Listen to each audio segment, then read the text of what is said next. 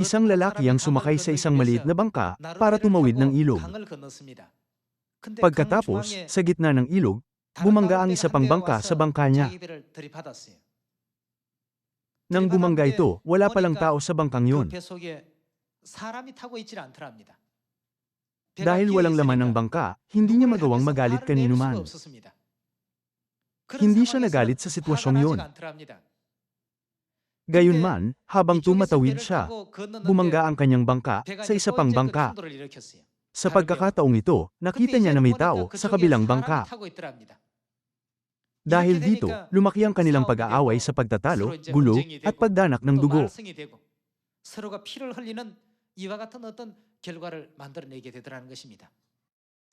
Kung saan walang baka, ay wala ring butil, ngunit ang saganang ani sa lakas ng baka ng gagaling. Gaya nito, itinuturo ng kwento ng bangka na walang laman, na kahit na may mga tao sa kabilang panig, kung ituturing natin ito bilang bangka na walang laman, hindi magkakaroon ng mga alitan, mga pagtatalo, o mga away. Bukod sa iba pang mga bagay, nilalarawan nito ang kahalagahan ng pagiging malalaking sisidlan.